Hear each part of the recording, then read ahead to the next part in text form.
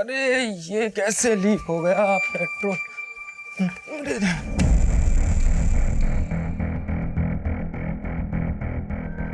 अरे बिट्टू ये पेट्रोल, अरे बिट्टू चॉकलेट नहीं,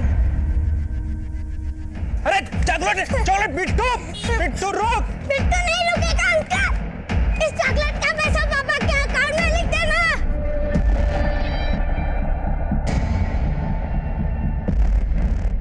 आज चॉकलेट चुराई है, कल लूट करेगा, परसों डाका डालेगा। तू यही सब करने के लिए पैदा हुआ है।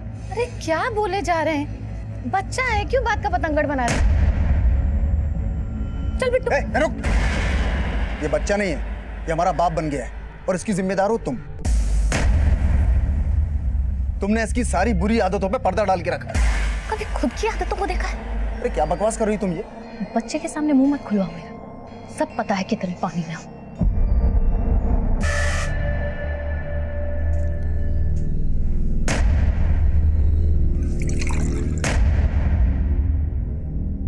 गरम पूरी लेकर आती हूँ।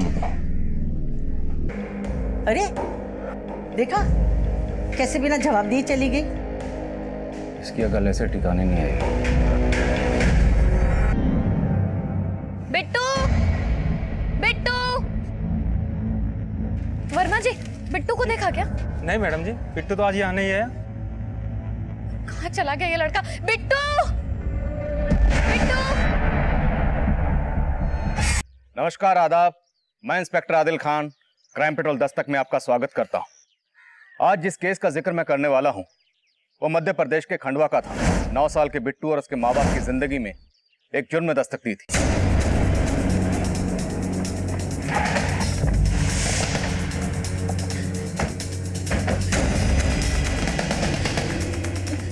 इंस्पेक्टर साहब, मेरा बेटा बिट्टू, मैंने उसको ढूंढने की बहुत कोशिश की, कहीं दिखाई नहीं दे रहा। अब घबराइए मत, आराम से बताइए। वो दोपहर में अपने दोस्तों के साथ खेलने के लिए घर से बाहर निकला था।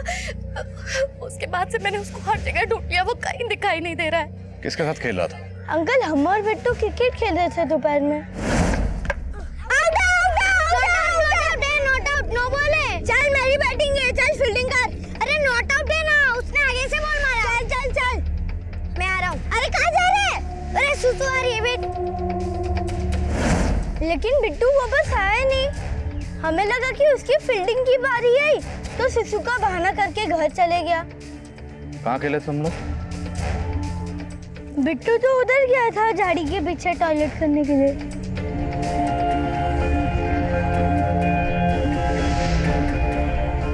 आसपास लोगों से पता करो, शायद किसी ने कुछ देखा हो।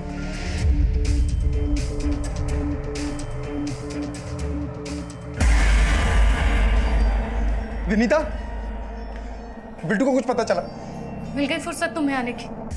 क्या बात कर रही हो तुम? हाँ, तुमने जैसे मुझे इन्फॉर्म किया सीधा मैं यहाँ चला आया हूँ। सर, बिट्टू को कुछ पता चला?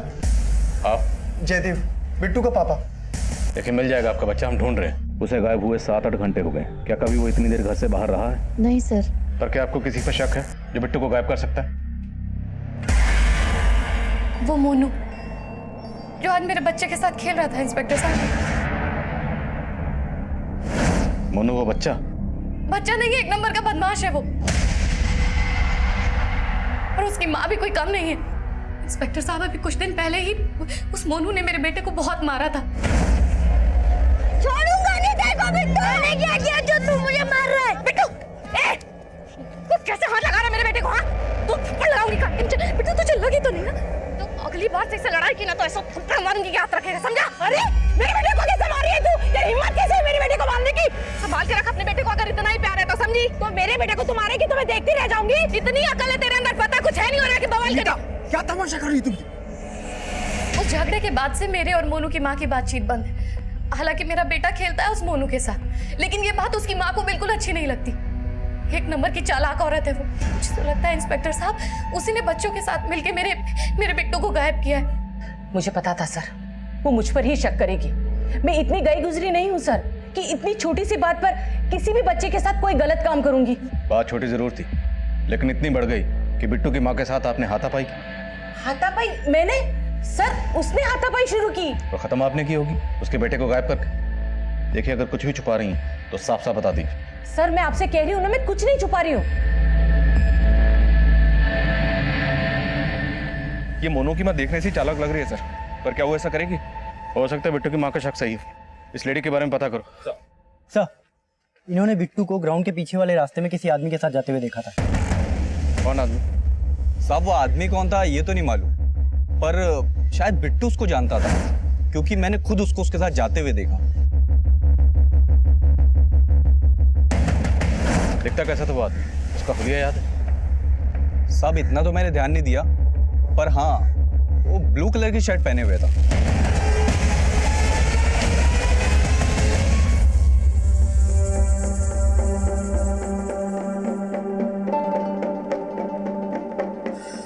कहाँ जा रहा है बिट्टू? अंकल मैं अपने घर जा रहा हूँ। अरे तू घर चला जाएगा तो इतने सारे चॉकलेट तुझे कौन देगा, समझे ना? नहीं अंकल, पर मुझे अपने घर जाना है, मैं अपने घर जा रहा हूँ।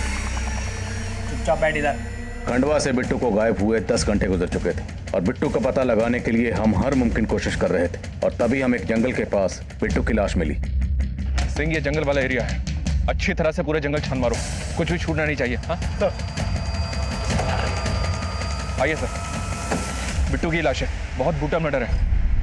इतने छोटे से बच्चे को इतनी बुरी तरह कत्ल किया गया, जरूर किसी ने दुश्मनी निकाली है। सर बिट्टू की माँ ने मोनू की माँ पे शक जताया था, पर बिट्टू को तो उस ब्लू शर्ट वाले आदमी के साथ देखा गया था और उस आदमी के बारे में अभी तक हमें कुछ पता नहीं चला है। हो सकता है इस ब्लू शर्ट वाले का बिट्टू की माँ से कोई कनेक्शन, या इसके पेरेंट्स की बैकग्राउंड में कोई ऐसा हो जिसका ये सब करने के पीछे कोई स्ट्रॉन्ग मोटिव हो। बिट्टू के पेरेंट्स को इन्फॉर्म करो और बॉडी को पोस्टमार्टम के लिए भेज दो।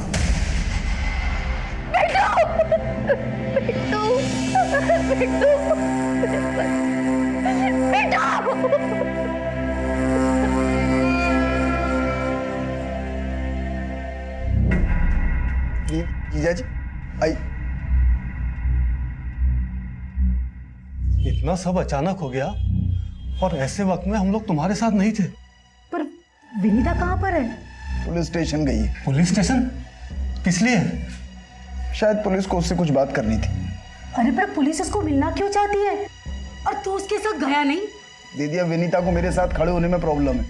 उसे लगता है कि मैंने कभी बिट्टू के लिए कभी कुछ किया ही नहीं। सुन, तू ये सब बातों को हल्के में मत ले, कहीं ऐसा ना हो जाए कि उसकी वजह से पुलिस तुझे परेशान करना शुरू कर दे।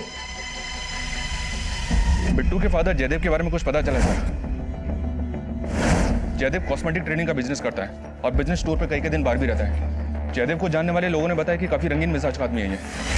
जयदेव का अफेयर है किसी से? अफेयर है या नहीं ये अभी क्लियर नहीं है, पर जयदेव के कॉल रिकॉर्ड्स में कई सारी फीमेल क्लाइंट्स के नंबर हैं। और तो और सर, जब आस पड़ोस में इंक्वायरी की तो पता चला कि जयदेव की पत्नी भी उस पर शक करती है और मोनू की मदर विडो है और जयदेव की पत्नी को लगता है कि उन दोनों के बीच कुछ है।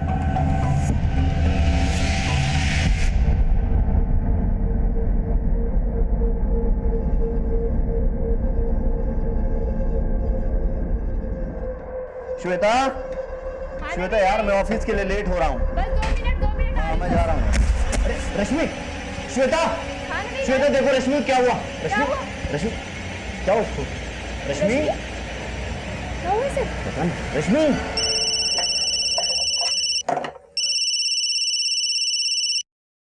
हेलो,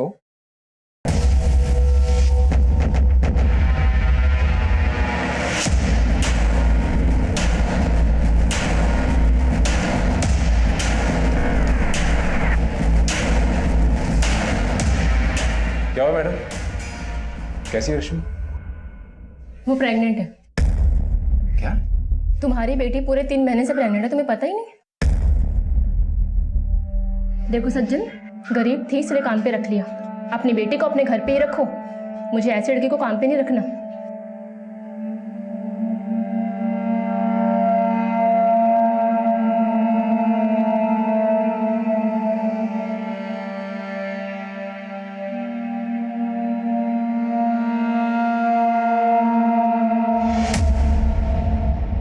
विनीता जी, दोषी कोई भी हो इंसाफ होगा, लेकिन इतना पक्का है कि बिट्टू किसी ब्लू शर्ट वाले आदमी के साथ गया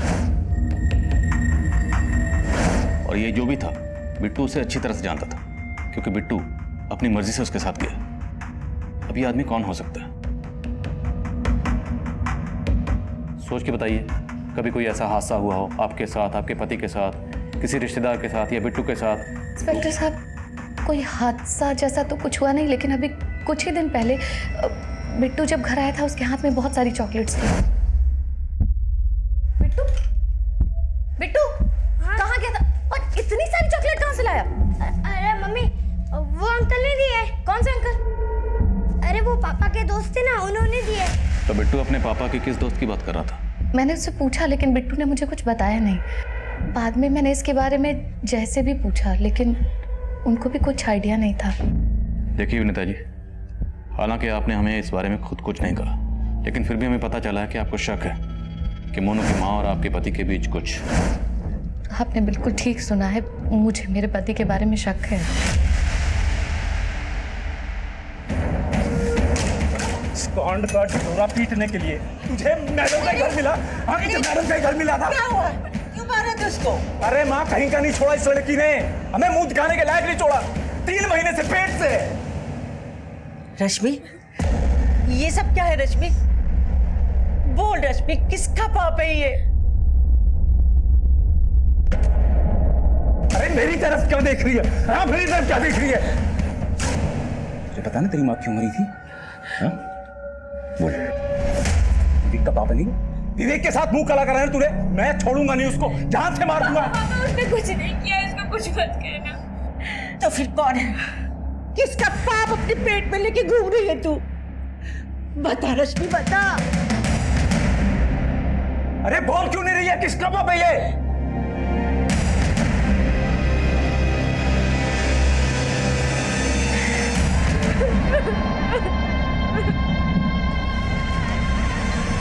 सर, बिट्टू की पोस्टमार्टम रिपोर्ट के मुताबिक बिट्टू की मौत एक्सेसिव ब्लीडिंग की वजह से हुई है।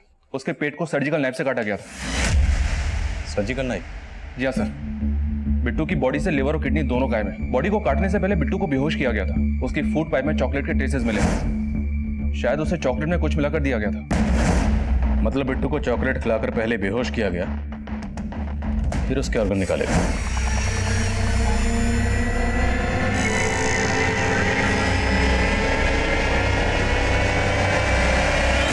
देखने से तो ऐसा लग रहा है सर, ये मामला ऑर्गन स्मगलिंग रैकेट से जुड़ा है। लेकिन कुमार, इससे पहले अपने एरिया में ऐसा कोई केस नहीं हुआ। भले ही पेट काटने के लिए सर्जिकल नाइफ का इस्तेमाल किया गया, लेकिन जिस तरह से पेट काटा गया वो काफी अटपटा है।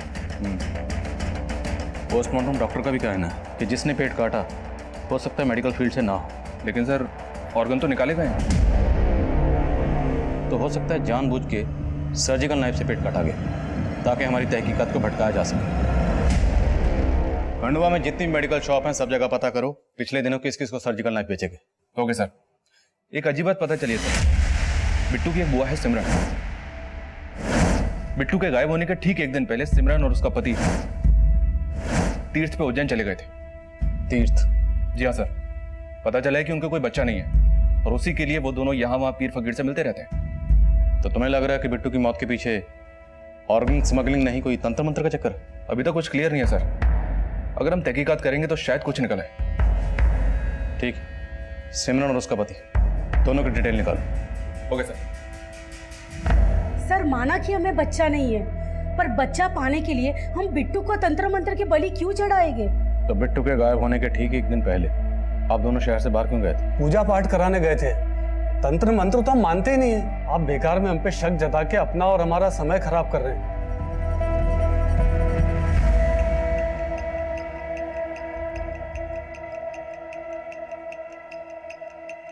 डॉक्टर साहब, उसका अबॉर्शन हो जाएगा ना? देखो, उसकी प्रेगनेंसी को 3 महीने से ऊपर हो गया है और इतनी कम उम्र में अबॉर्शन करवाना कितना रिस्की हो सकता है, पता है तुम्हें? लेकिन डॉक्टर साहब, अभी उसकी शादी भी नहीं हुई। लेकिन ऐसे में अगर रश्मि का अबॉर्शन करवाएंगे तो उसकी जान भी जा सकती है। देखो, रश्मि को ये बच्चा कैरी करना ही पड़ेगा।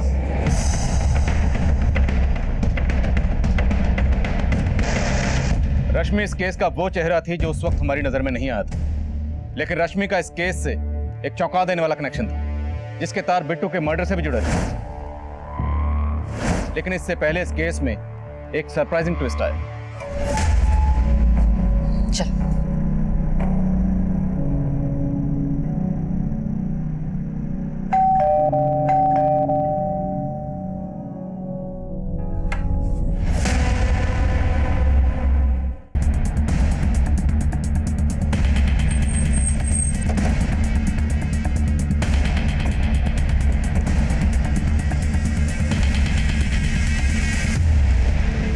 आपने देखा था बिट्टू किसी अंकल के साथ गया था? हाँ, कौन अंकल? फिल्म वाले अंकल। फिल्म वाले अंकल? हाँ अंकल, लेकिन मैं उनको नहीं जानता। उस दिन जब बिट्टू टॉयलेट करने गया था फिर वापस नहीं आया, तो मैं उसे देखने गया, वो फिल्म वाले अंकल के साथ जा रहा था। अरे बिट्टू कहाँ जा रहे? खेलना नहीं है? अरे नहीं मोनू, मैं इन फिल्म वाले अंकल के साथ जा रहा हूँ। वो फिल्म वाले अंकल दिखते कैसे थे? पहना क्या था उन्होंने? ब्लू शर्ट पहना था। और कुछ याद है? नहीं। सर लग तो ऐसे रहे कि मोनू की माँ कहानी बना रही है, क्योंकि सबको पता है कि हम उस ब्लू शर्ट वाले आदमी को ढूंढ रहे हैं। शायद हमें भटकाने के लिए उस ब्लू शर्ट वाले आदमी को अब फिल्मी अंकल का नाम दिया गया है। मुझे लगता नहीं है सर ये फिल्म वाला कोई अंकल होगा। पर ब्लू शर्ट वाला तो है ना, जो उस दिन बिट्टू को अपने साथ ले गया। बिट्टू के दोस्तों से एक बार फिर से पूछताछ करो, वो इस फिल्मी अंकल के बारे में क्या बोलते हैं।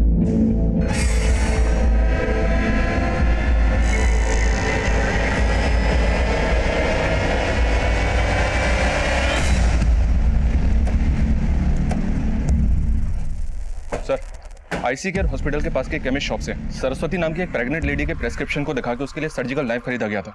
उसकी डिलीवरी ऑपरेशन होने वाली थी, पर मैंने पता किया सर, उस हॉस्पिटल में सरस्वती नाम की कोई भी लेडी भर्ती नहीं हुई थी।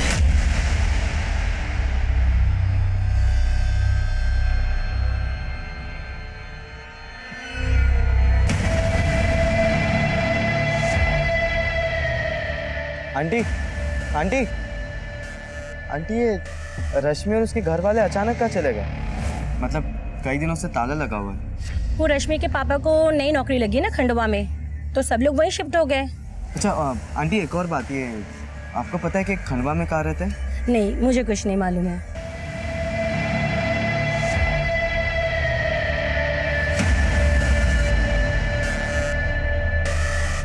4 से 5 महीने का पेट हो गया तेरा। अरे कम से कम पहले मुझे बता देती, तुझे ये पाप तो ना ढूंढना पड़ता। अरे कहाँ खो गई है तू? जो मैं बोल रही हूँ सुन रही कि नहीं? ध्यान रखना, एक तो तुझे यहाँ किसी से कोई बात नहीं करनी, और कोई कुछ पूछे भी ना तो बताना कि तू 18 साल की है, शादीशुदा है, और तेरा पति मुंबई में नौकरी करता है। समझी? समझी ना? दादी आप लोग ऐसा क्यों कर रहे हो? अरे माँ, शादीशुदा लगने के लिए सिंदूर लगाना जरूरी है। अब माँ, तू जल्दी मेरे लिए खाना लगा दे जा।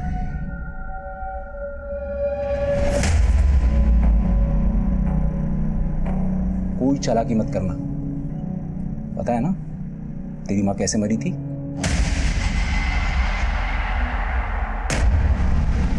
सर, ये मेरी बहू डॉली है, ये कहीं मिल नहीं रही सर। कब से मिसिंग है? सर आज सुबह जब मैं सत्संग के लिए निकल रही थी तो डॉली घर पे ही थी। बहू, सत्संग से आके फलहार करना है मुझे, सब तैयारी रखना। जी माँ जी। और जब मैं सत्संग से वापस आई सर तो घर पे डॉली नहीं थी। आपके और डॉली के अलावा घर पे और कौन कौन रहता है? सर मैं और मेरी बहू घर में अकेली रहते हैं। डॉली का हस्बैंड? सर मेरा बेटा भोपाल में जॉब करता है, वो वहीं रहता है। सर आप प्लीज पता कीजिए डॉली के बारे में। डॉली प्रेग्नेंट है सर। डॉली प्रेग्नेंट है? हाँ सर, तभी तो ऐसी हालत में वो इतनी देर तक बाहर नहीं रह सकती सर। मुझे उसकी बहुत फिक्र हो रही है। आप कुछ भी कीजिए सर, लेकिन मेरी बहू को ढूंढ दीजिए।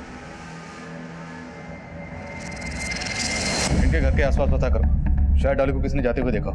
और ये भी पता करो कि डॉली का फोन कहाँ स्विच ऑफ हुआ था। तब तक मैं केमिस्ट से मिलता हूँ।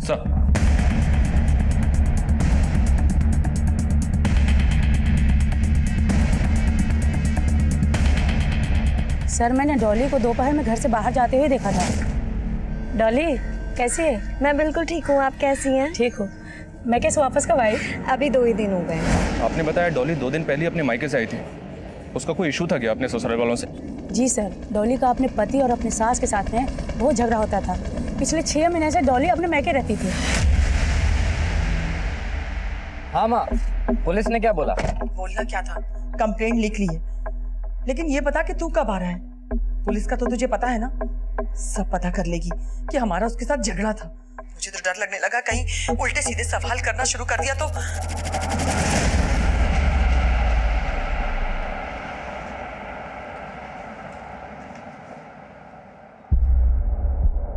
यस सर, इस सरस्वती नाम के पेशेंट के लिए सर्जिकल नाइफ इसी दुकान से खरीदा गया था। और ये सर्जिकल नाइफ खरीदा किसने था? सर एक ऑटो वाला था, क्योंकि वो अपने ही ऑटो से आया था इसलिए मुझे याद है।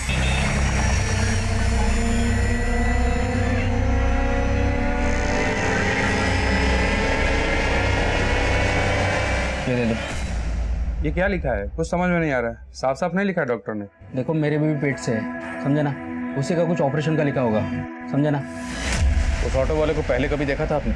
नहीं सर, लेकिन बहुत अजीब आदमी था सर, हर बात पे समझे ना ऐसे बोलता था। और एक बात सर, उसके ऑटो के पीछे एक फिल्म स्टार का पोस्टर लगा हुआ था।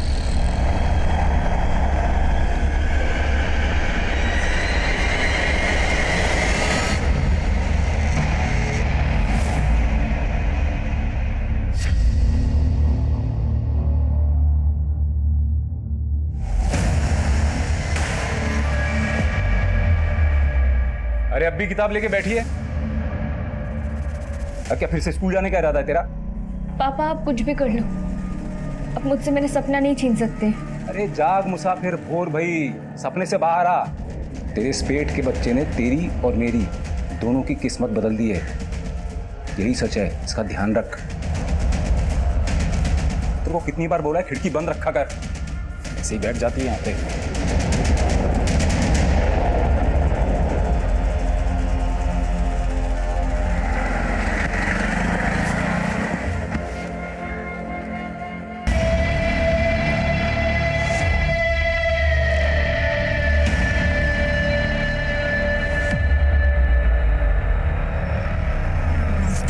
ज्यादा ममता ना कर इस पाप की निशानी की। पाप तो पापा ने किया है दादी, माँ को भी। फिर से शुरू हो गया उस फालतू बातों को लेकर?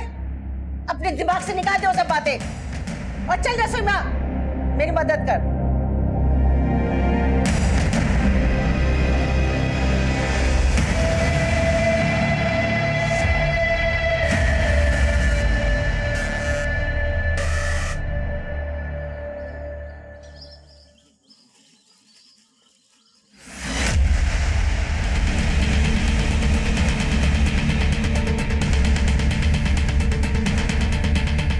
एक ऑटो वाले ने सर्जिकल नाइफ खरीदा और उस सर्जिकल नाइफ से बिट्टू का कत्ल कर दिया। एक 9 साल के बच्चे के साथ ऑटो वाले का क्या कनेक्शन हो सकता है? बिट्टू के दोस्त मोनू का कहना है उस दिन जब बिट्टू टॉयलेट करने गया था फिर वापस नहीं आया, तो मैं उसे देखने गया, वो फिल्म वाले अंकल के साथ जा रहा था। और जिस ऑटो वाले ने सर्जिकल नाइफ खरीदा उसके ऑटो के पीछे भी किसी फिल्म स्टार का पोस्टर था। तो हो सकता है ये ऑटो वाला ही वो फिल्म वाला अंकल जिसने बिट्टू के चॉकलेट खाने की कमजोरी का फायदा उठाया, उसे किडनैप किया और उसे मार डाला। सारे ऑटो स्टैंड पर उन ऑटोज के बारे में पता करो जिनके पीछे किसी फिल्म स्टार का पोस्टर हो। और बिट्टू के माँ बाप से पूछो क्या वो किसी ऐसे ऑटो वाले को जानते हैं?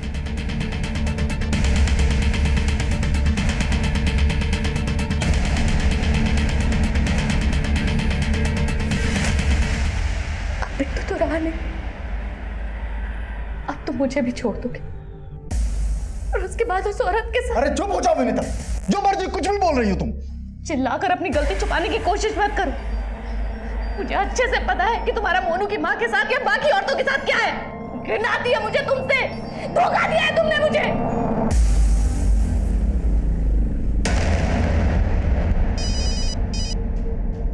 हाँ बोलिए। सर इस एरिया में ऐसे किसी भी ऑटो वाले का पता नहीं चला है जिसके ऑटो के पीछे फिल्म स्टार का पोस्टर हो, और ना ही बिट्टू से जुड़े किसी ऐसे आदमी का पता चला है जो किसी ऑटो वाले को जानता हो। तो हो सकता है वो किसी दूसरे एरिया का, बाकी एरियाज में पता करो। सर बुद्धनगर पुलिस को इस औरत की लाश मिली थी, इसकी लोअर बॉडी पूरी तरह से डैमेज थी। ये तो डॉली लग रही है। जी हाँ सर, लेकिन बुद्धनगर पुलिस ने बॉडी पोस्टमार्टम के लिए भिजवाई थी, डिटेल रिपोर्ट आना भी बाकी है, पर उनका कहना है कि ये लेडी प्रेग्नेंट नहीं थी। शक्ल तो डॉली की लग रही, डॉली मिसिंग है, लेकिन डॉली प्रेग्नेंट थी। डॉली की सास और पड़ोसियों ने यही कहा था। कहानी को समझ में नहीं आ रही है सर। डॉली के मायके से पता किया तो पता चला कि डॉली की अपनी सास से ही नहीं अपने पति से भी नहीं बनती थी। डॉली का पति उसे डिवोर्स देने वाला था, फिर अचानक से उन दोनों के बीच पैचअप हो गया। सब बोल रहे हैं कि इसकी वजह डॉली का बच्चा था। कहीं ऐसा तो नहीं कि डॉली फेक प्रेगनेंसी का नाटक करके अपने हस्बैंड से ज्यादा एलिमनी चाहती थी, इसलिए उसके हस्बैंड ने पैचअप कर लिया। लेकिन बाद में जब उसे पता चला कि ये प्रेग्नेंट नहीं है तो उन लोगों ने डॉली को मार दिया।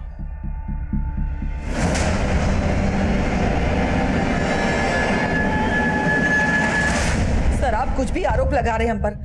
डॉली प्रेग्नेंट थी सर। डॉली प्रेग्नेंट नहीं थी, लाश मिली है उसकी। क्या सर, आपको शायद कोई गलतफहमी हुई होगी, वो किसी और की लाश होगी। ये है जिसकी लाश हमें मिली। कौन है ये? देखो कौन है? आपकी बहू और आपकी वाइफ डॉली है ना? अब बोलो क्या कांड किया इसके साथ? सर हमने कोई कांड नहीं किया सर, हम तो खुद हैरान है ये सब जान करके सर। और सर डॉली प्रेग्नेंट थी। अगर आपको अब भी यकीन नहीं आता सर तो आप डॉली के डॉक्टर से पूछ सकते हैं। कौन डॉक्टर? सर अग्रवाल मैटरनिटी के डॉक्टर अग्रवाल।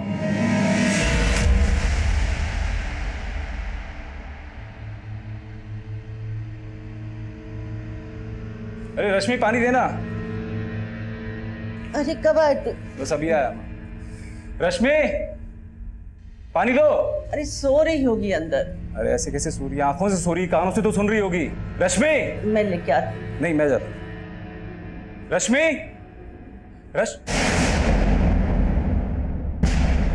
अरे रश्मि कहाँ है? सर ये डॉक्टर अग्रवाल वही डॉक्टर है जिस पर पहले भी बच्चे एक्सचेंज करने के आरोप लग चुके हैं। अब ये डॉक्टर अग्रवाल ही हमें सुनाएगा डॉली की प्रेगनेंसी की असली कहानी। चलो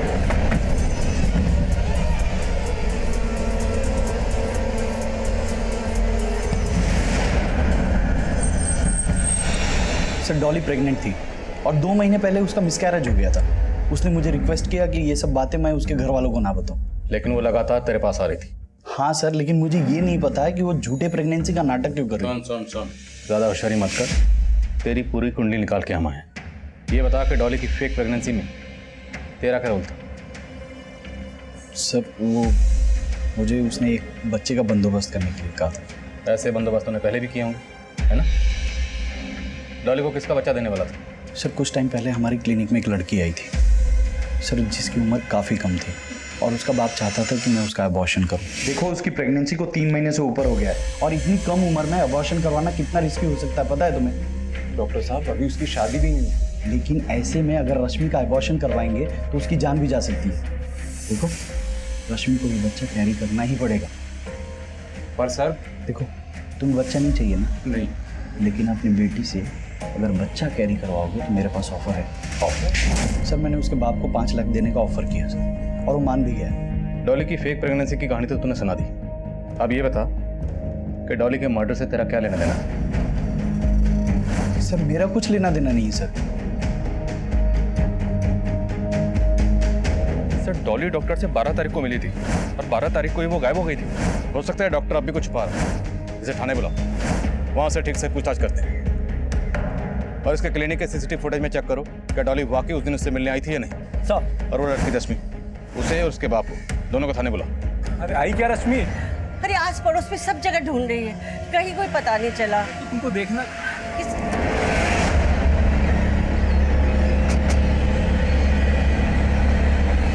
सज्जन जी। रश्मि कहाँ? सर आप लोगों के आने से पहले हम उसी को ढूंढ रहे थे। वो पता नहीं अचानक कहाँ गायब हुई। खैर रश्मि को तो हम ढूंढ लेंगे। तू बता, तो रश्मि को लेके डॉक्टर अग्रवाल के पास गया था ना? अब तू बोलेगा या मैं बोल? सर हम तो अबॉर्शन करवाने ही गए थे सर, लेकिन डॉक्टर अग्रवाल ने बोला कि अबॉर्शन नहीं हो सकता है। रश्मि की जान को तो खतरे में नहीं डाल सकते थे ना, इसलिए मैंने उनका ऑफर मान लिया। तो तेरी नाबालिग बेटी को प्रेग्नेंट किसने किया? किसने किया? बोल सर उसका रेप हुआ था सर। रेप? रश्मि ने खुद बताया था रेप के बारे में। वो जहाँ काम करती थी उसका मालिक और उसके दोस्त ने उसके। यार राहुल तूने अच्छा किया तो घर पे आ गया। जब श्वेता नहीं होती ना दारू पीने का मजा ही अलग होता है। चीयर्स। और कुछ चाहिए आप लोगों को? ये क्या कर रहे हो आप? अरे क्या हो गया? सैलरी मैं देता हूँ तुमको, कुछ पैसे ही दे देगा। सर रश्मि के मालिक और उसके दोस्त ने रश्मि का वीडियो बना लिया था। वो वीडियो कहीं दिखा देते तो हमारी बदनामी होती, इसीलिए मैं भोपाल से खंडवा आ गया। सोचा था कि यहाँ अबॉर्शन करवा देंगे, किसी को पता नहीं चलेगा, फिर वापस चले जाएंगे। लेकिन रश्मि पता नहीं कहाँ चली गई। इतना सब कुछ हुआ, लेकिन तूने एक बार भी जरूरी नहीं समझा कि पुलिस में कंप्लेंट लिखवा। क्यों? तुझे उस डॉक्टर की तरह रेपिस्ट ने भी ऑफर किया था ना पैसे, ताकि तेरा मुंह बंद रहे। जिन लोगों ने तेरी बेटी का रेप किया उनकी डिटेल बता। रश्मि का रेप करने वाले मुजरिमों को हमने गिरफ्तार कर लिया। उनके बयान से यह साफ हो गया कि उनकी कंप्लेंट ना लिखवाने के लिए उन्होंने रश्मि के पिता को पैसे दिए थे। पैसे के लालच में रश्मि के पिता और डॉक्टर अग्रवाल ये रश्मि के सामूहिक शोषण के जिम्मेदार थे। और डॉली, वो किसके जुर्म का शिकार हुई थी, ये भी काफी होश उड़ाने वाला था। सर 12 तारीख को जिस दिन डॉली गायब हुई थी, उसने डॉक्टर अग्रवाल के क्लिनिक के पास से एक ऑटो पकड़ा था। सर ये उसकी सीसीटीवी फुटेज है।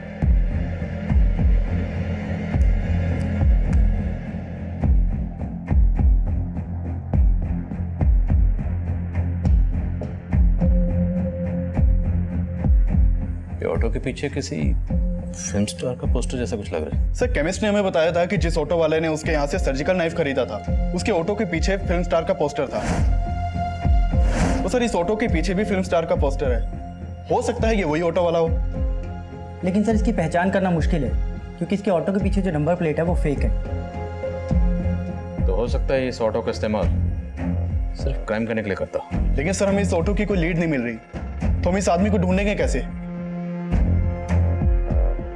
सही, तुम्हें याद है केबिन्स ने कहा था, लेकिन बहुत अजीब आदमी था सर। हर बात पे समझे ना ऐसे बोलता है, जैसे ही उसका तकिया कलाम हो। तो अब अगर ऑटो नहीं मिल रहा तो हम ऐसे ऑटो वाले को ढूंढेंगे जिसका तकिया कलाम हो समझे ना। सर रश्मि को उसके घर के पास से एक लड़के के साथ एक ऑटो में बैठे देखा गया है। सीसीटीवी में कैप्चर हुआ है।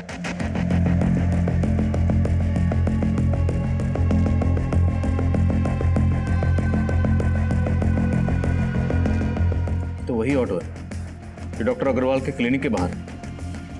इसी ऑटो में आखिरी बार डॉली को देखा गया और वो गायब हो गई। अब इस ऑटो में रश्मि और उसके बाद रश्मि गायब। रश्मि के साथ लड़का कौन है?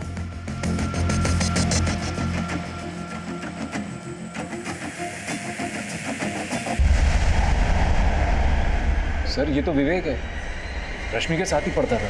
हो सकता है इस विवेक का ऑटो वाले से कोई कनेक्शन। उठाओ इसे।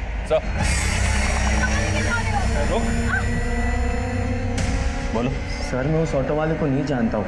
तो रश्मि के साथ बैठकर उस ऑटो में कहाँ गया था? सर रश्मि अचानक से खंडवा आ गई थी अपने फैमिली के साथ, तो मैं बस उसे मिलने आया था और फिर वहाँ से उस ऑटो में बैठकर हमें ग्राउंड की तरफ आए थे, क्योंकि अगर हम वहाँ पर बात करते तो रश्मि के पापा हमें देख लेते। तुम्हारे साथ इतना सब हो गया और तुमने मुझे एक बार भी नहीं बताया। मैंने सोचा था विवेक मैं तुम्हें सब कुछ बता दूंगी, पर मुझे डर लगा कहीं तुम मुझे गलत ना समझो। रश्मि गलत तुम नहीं, गलत वो लोग हैं। और फिर सर रश्मि से मिलके मैं घर चला गया और रश्मि उसी ऑटो में बैठकर अपने घर की तरफ निकल गई थी। सर मैं सच बोल रहा हूँ, मुझे इससे आगे कुछ भी नहीं पता है। बिट्टू के साथ देखा गया ब्लू शर्ट वाला आदमी और ऑटो वाला दोनों एक ही थे, और यही वो फिल्म वाला अंकल था जिसने बिट्टू को मारकर उसके ऑर्गन निकाल लिए थे। डॉली को भी उसी सर्जिकल नाइफ से मारा गया था और डॉली के ऑर्गन नहीं निकाले गए थे। हम ना तो मुजरिम के मोटिव का कोई अंदाजा लगा पा रहे थे और ना ही मुजरिम का। हम पर प्रेशर ये भी था कि उसने अब रश्मि को भी गायब कर दिया था। रश्मि को बचाने के लिए जरूरी था कि हम जल्द से जल्द उस मुजरिम की पहचान पता कर लें। तभी हमें एक क्लू मिला। समझे ना। अच्छा वो मुन्ना की बात कर रहे हो? हाँ मुन्ना कहाँ है वो आजकल? अरे वो तो आजकल ऑटो भी नहीं चलाता। क्यों, क्या हो गया?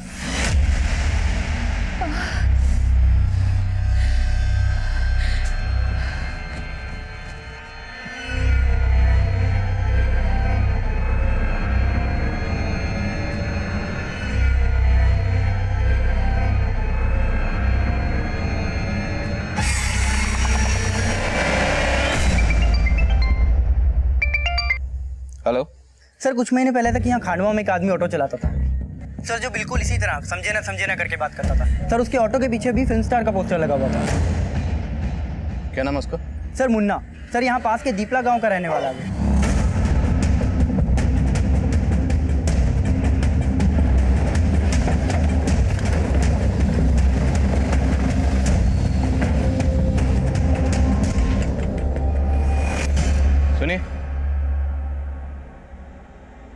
ये मुन्ना यहीं रहता है?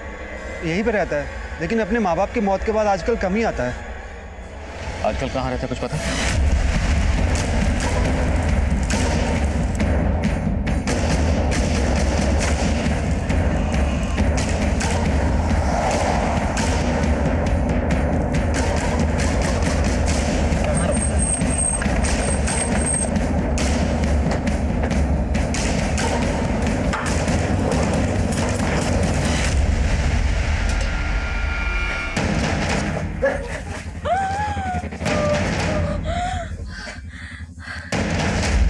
समझे ना साहब, मेरे बाबा ने मुझे बोला था कि मैं किसी बच्चे के शरीर के पुर्जे निकाल कर अगर साधना करूंगा तो मुझे खजाना मिलेगा। इसलिए मैंने बच्चे की तलाश शुरू की और एक दिन मेरी नज़र बिट्टू पे पड़ी।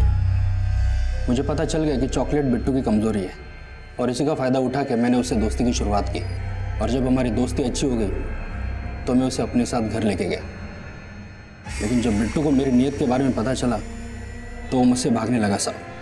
फिर मैंने चॉकलेट में नशे की दवा मिलाकर खिला दिया और बेहोश कर दिया उसे और उसकी बलि चढ़ा दी साहब। समझा ना? बलि देनी थी तो ऑर्गन क्यों निकाले? क्योंकि बाबा ने मुझे बोला था कि सिर्फ उसकी बलि नहीं, उसके शरीर के पुर्जे भी निकालने थे। समझे ना? इसीलिए मैंने सर्जिकल नाइफ खरीदा।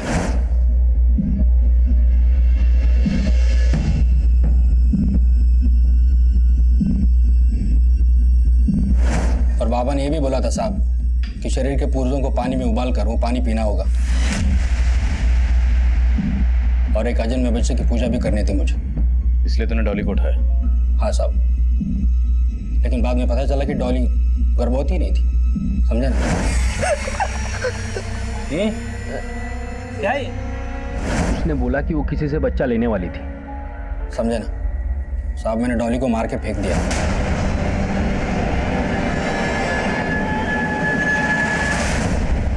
फिर मैंने उस लड़की को टारगेट किया।